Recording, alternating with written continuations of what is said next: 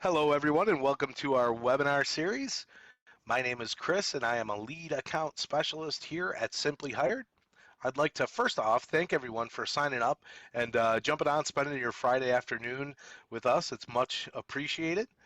I'd also like to give a shout out and a thank you to my colleague Erin, who is working behind the scenes, and she is responsible for getting this whole webinar series put together and launched. So, Erin, thank you so much for that. Her and I are going to do our best to get through this and answer any of your questions. So, with that, why don't we jump right in here and get started? So today's agenda, first off, I'm going to give you an overview of screener questions and how they're used on our platform. I'm going to talk a little bit about why those screener questions are so important. There are two types of screener questions that I'm going to go over on our platform. Then we'll talk a little bit about best practices when writing and setting up those screener questions. And then I'll show you some screenshots, and I've got a real life example of how screener questions are used in your job post and in the application. So, and then we'll wrap the day up with some live Q&A, and we'll call it a Friday. So, okay, first is going to be our overview of screener questions and how they're used on our platform. So, basically, screener questions, they're powerful tools used to determine whether or not an applicant meets your minimum job requirements. So, a couple things to remember. They should be the questions should be focused on, job fit, or is this person a good fit for the company, and they should not be meant to trick an applicant in any way. As a matter of fact, we're trying to get direct answers and gather the information so we can make a determination quickly on whether or not this is an applicant we want to move forward with. So where are they found? So when you dive into your SimplyHired account, and some of you may be seasoned users, if you're not and you haven't posted a job yet, you will find that the screener questions are set up in steps 3 and 4 of the job post funnel. So while you're getting your job put together, basically steps 3 and 4 are going to be your screener questions, and they help put together a short application for each applicant. Once your job is published and you've gotten through that job posting funnel, it builds not only that post that people will find when they're searching for a position, but it also builds a short application for each applicant, which we make them go through when they find your job. So this is another reason that screener questions are so important. And if you have used the platform and you understand the concept, we know that you're only paying to reveal candidates' contact information or applicants' contact information of those people that look like they might be a good fit.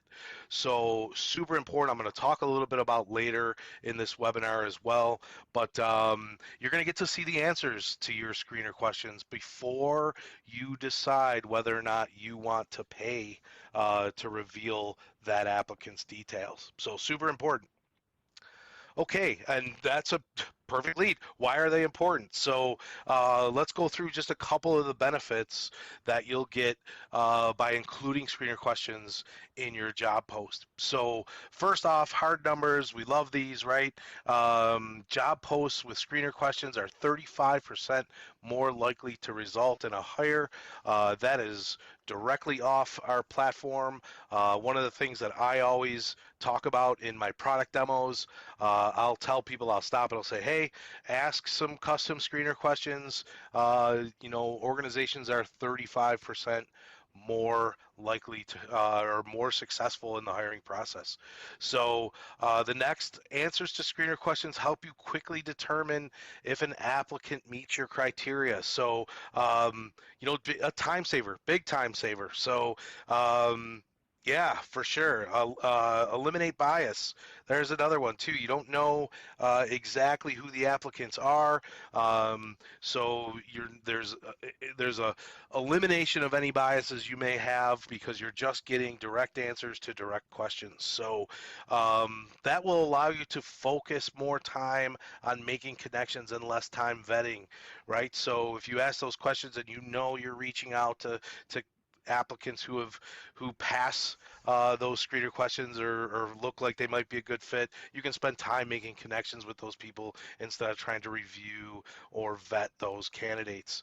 And again, the last and probably one of the most important is you're going to get a chance to review those answers and qualify those applicants before you even spend a dime. So this is a little more platform specific, a little more specific to us here at Simply Hired. But yeah, ask those questions. You'll get to review the answers before you even make a determination of whether or not you want to move forward.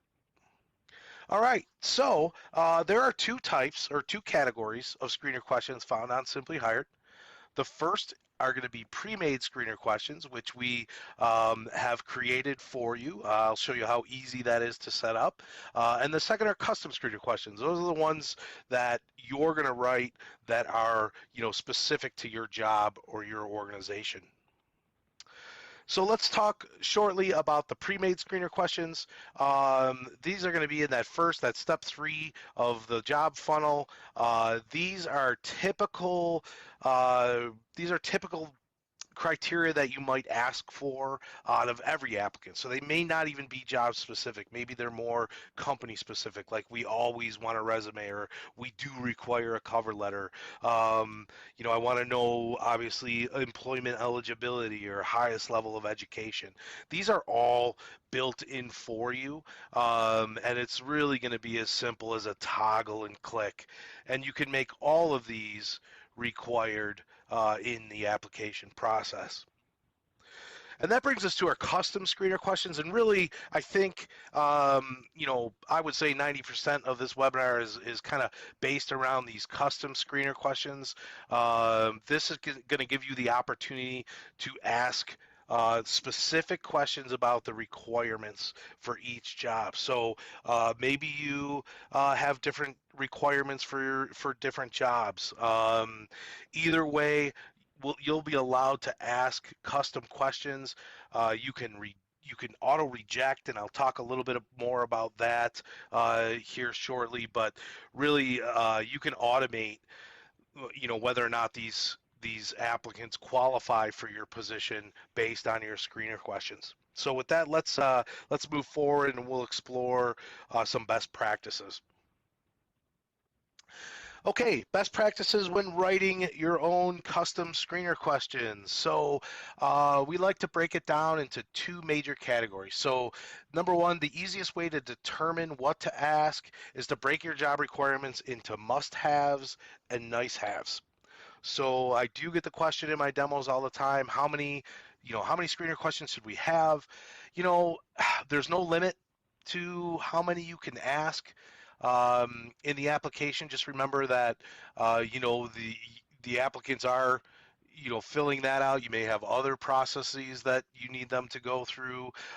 We like to say somewhere between 2 and 4 nice to haves questions are great, and then 2 to 4 must-haves are excellent. So what do I mean by must-haves and nice-to-haves? So your must-haves, we like to focus on things that applicant has to have in order to move forward. So examples might include certifications, licenses, education level, availability. Maybe it's a third shift and that's what's open, or even different languages spoken. Those might be great examples of what a candidate must have to move forward. So some examples of nice to haves, years experience. Maybe you want 3 years experience, but you'd settle for 2. So 3 would be a nice to have. Personality traits, etc., etc. So maybe not a deal breaker. That's basically kind of how we like to look at nice to haves. Not a deal breaker, but would be great if they did meet those criteria. Again, we're going to talk a little bit more about the auto reject feature. This is something that we recommend, especially if you have multiple positions that you're trying to hire for and you're trying to save time. So those auto reject features work best on your must-haves, and they certainly help to expedite the review process. So how do we set them up? Okay, so we talked a little bit about the job funnel. So again, it's going to be step 3 and step 4 in your job building funnel. Step 3 is basically going to be, or it is your pre-made screener questions. It's basically a toggle and click. So you'll notice here, if you require a resume, you're just going to toggle that on and click the required button. This will force an applicant to provide you with a resume in order to even submit that application. So same thing with cover letter, phone, highest level of education, employment eligibility, just to name a few. And you can go down the list. These don't change. You'll see these. You'll start to recognize them every time you go through step 3 of the job posting process. And then step 4, here we go. Here's our custom screener questions. So how do we do it? You're going to get to step 4. You're going to see this. You're going to say, I'm going to add a custom question. So in this field here, you can add any question you like. This is where you will make that a required question on the application. This is how you can save those custom questions to use over and over in different jobs. And then you'll notice here, we're going to give you a bunch of different ways that those applicants can answer that question. So now again, we're going to move forward. We're going to review the auto reject feature as well. So just note that with auto reject, drop down and checkbox are going to be the two that you can utilize for the auto reject feature. So here we go, setting up auto reject. So we're going to talk a little bit about this in our real world example. But this is a question, do you have a Union 165 port card? This is something, I live in the fabulous city of Las Vegas, and I know a lot of the casinos, especially down on the Strip, are union hospitality shops, and they require a card in order to bartend at those casinos. So if I am hiring bartenders at a Las Vegas casino, and again, we're going to look at an example of this, I want to know if they have this union port card. So I'm going to make it a requirement. I want them to just check yes or no. So all I have to do is add the answers yes or no. And you'll see this right here. Auto reject this answer, which means when they answer this question in the application, if they do not have a union port card, it automatically tags that applicant as not interested. And we'll take a look at that in a second here.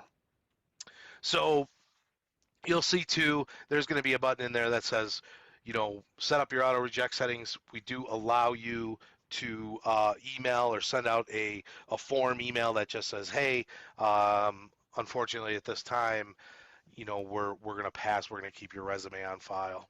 And that is if the applicant does not qualify based on which questions you set up with auto reject. And again, you'll see here, auto reject is available through drop down or checkbox.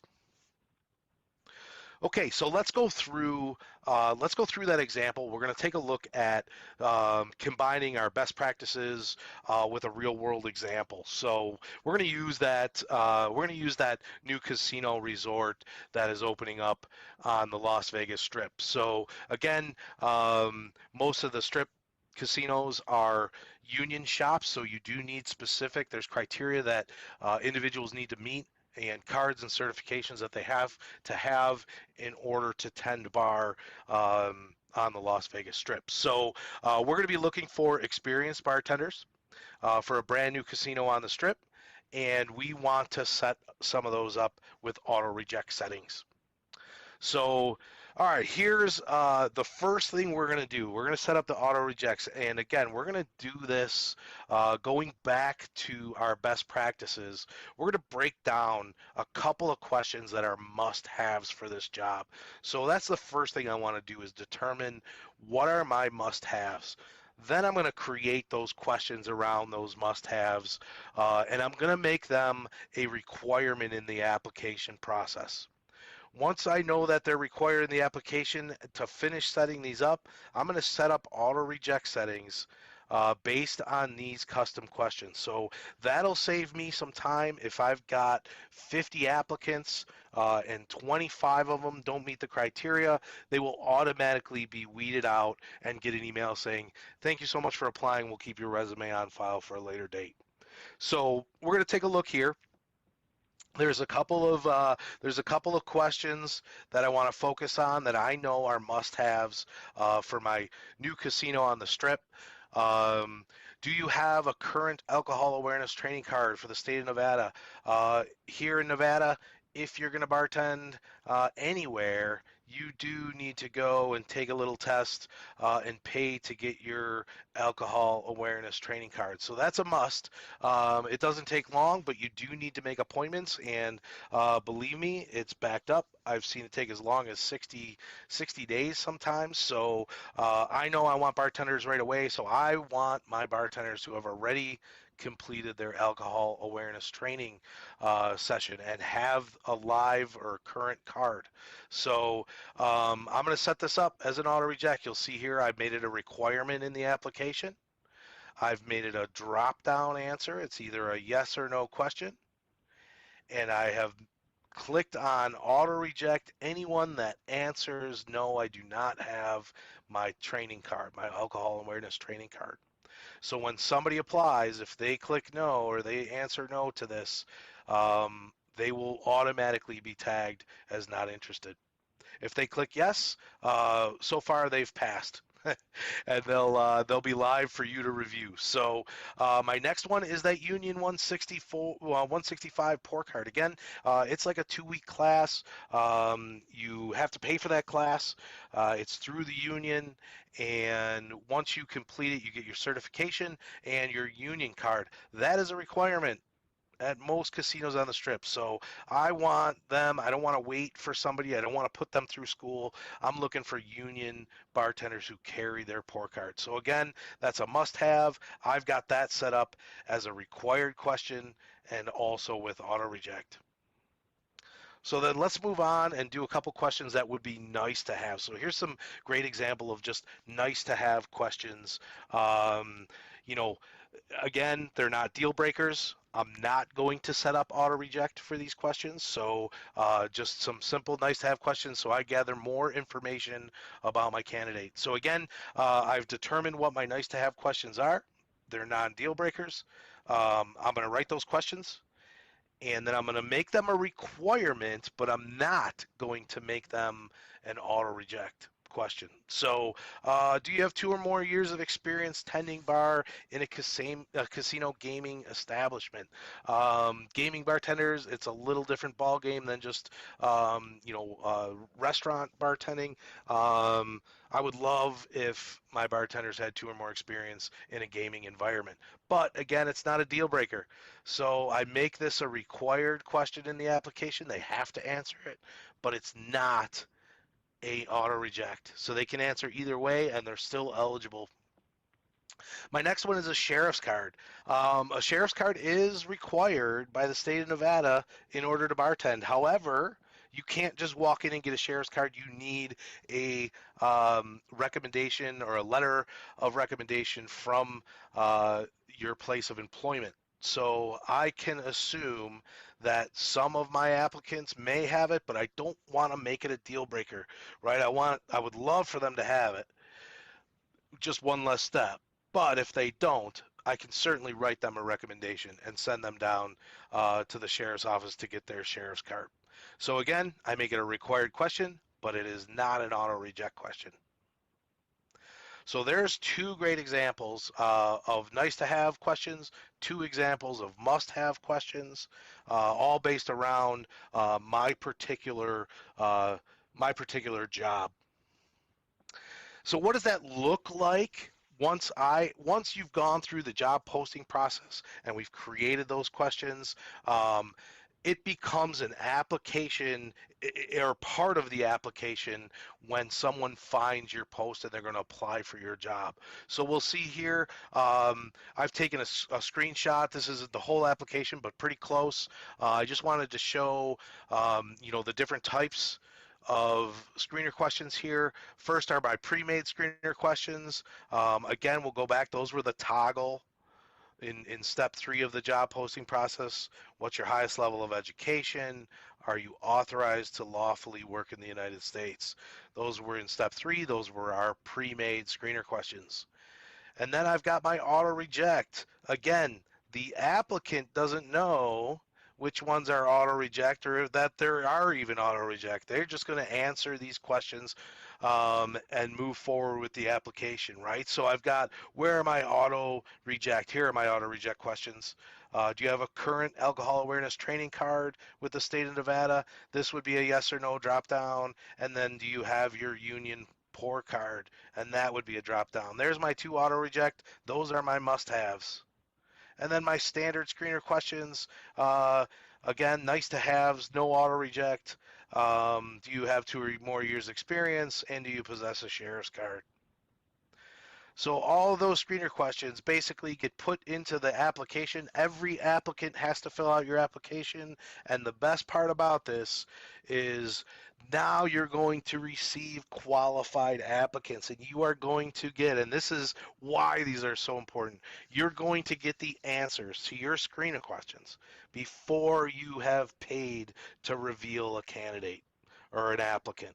So I'm assuming everybody on the webinar has signed up and they have an account, and the concept is you get to review your applicants before you pay to reveal their contact info. So the important part about these screener questions is now you're going to get to see the answers to these before you decide whether or not you want to reveal this applicant. And you'll get a real-time email as well. So you get real-time notifications. Hey, Chris, you have a new applicant for your bartender position in Las Vegas, and it actually has outlined and given me all the answers to my questions here. What's your availability? Can you work in the United States? Do you have that union card? Yes.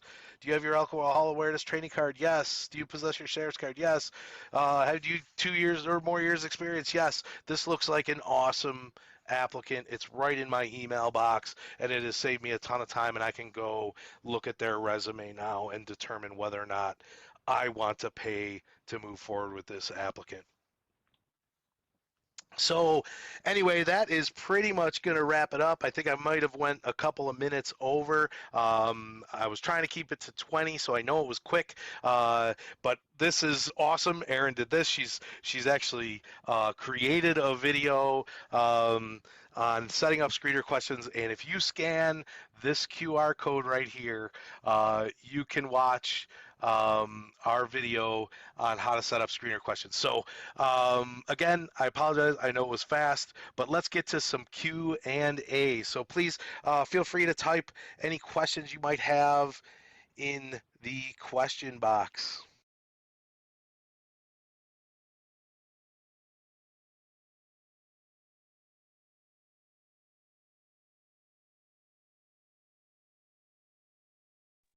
Awesome. We're getting some questions in, Chris. Thank you so much for that. That was super informative. I learned a lot. That was a great example. Thanks, Erin. I appreciate it. And again, if anyone has questions, please just pop them in the Q&A box. We have one right now already from Kent here.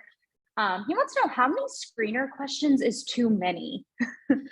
Yeah, that's a great question, and I get that quite a bit when I'm doing my demos. And there's really there's no limit, and you can ask as many as you want. We do recommend, somewhere between 4 and 8 or 4 and 10. But you're certainly more than welcome to try as many as you like. Like I said, there's no limit. I always try and think like the applicant, right? I mean, you do want to get as much information as possible, but you might get a drop off in applicants if you've got, a 40 question application. Absolutely. There's definitely that sweet spot, which you definitely nailed. Great answer. One other question here from Janet. Is there anything I can't ask applicants in my screener questions? Yeah, so let me think. There's two. I'm going to break it down into kind of two categories. Number one, what can't you ask on SimplyHired? Obviously, because of our business model, we certainly don't want anybody asking for someone's contact information or redirecting them away from our platform. So that's one thing that would certainly be a no-no. But on the legal side, first, I always like to throw a little disclaimer out there. I am not an attorney. So, I certainly don't want to give legal advice, but there's usually like a big seven that they talk about, which is age, if disability, gender or sexual orientation, marital or family status, race, religion, and I've got one more.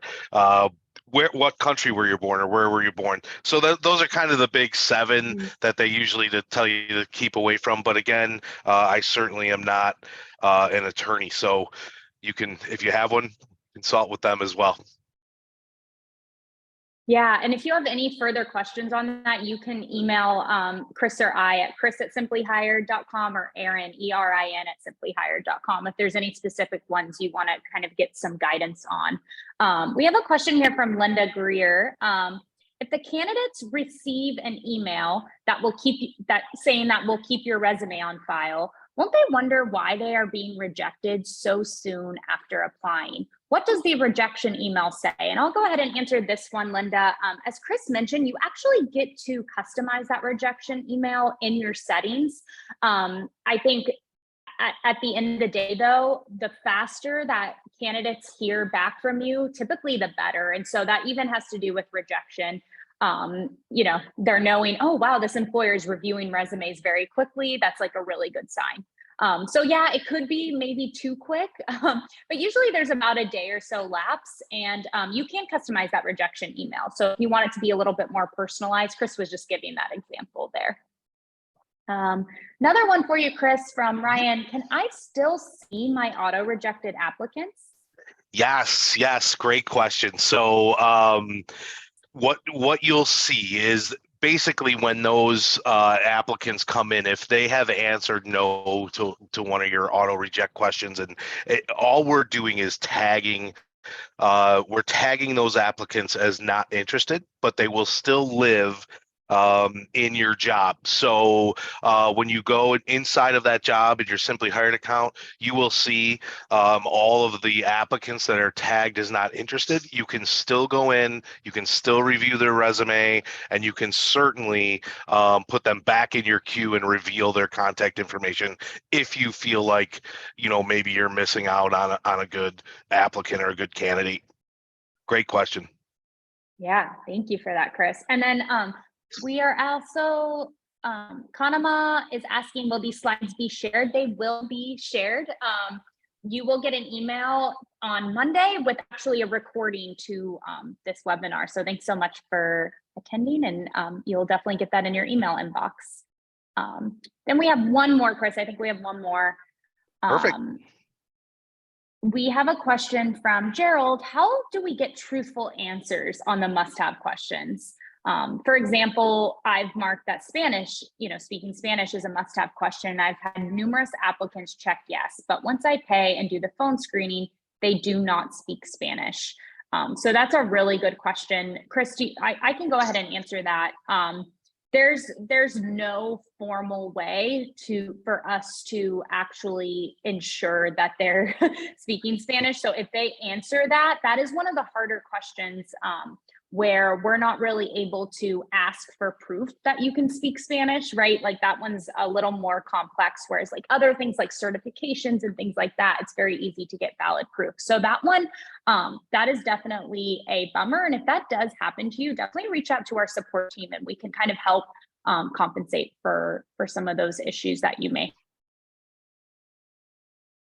Unfortunate, we do not have control on whether or not a candidate or applicant does not tell the truth. But thanks for the question, Gerald. I think that's really relevant and important. Awesome. Well, thank you. We finished on time. This was great, Chris. Thank you so much for all of the awesome information on screener questions. And again, this will be live on our YouTube channel, and it will also be delivered to your inbox. So for those of you who missed some of the portions, you could get caught up there. Thanks, everyone. Thank you. Bye. Bye-bye.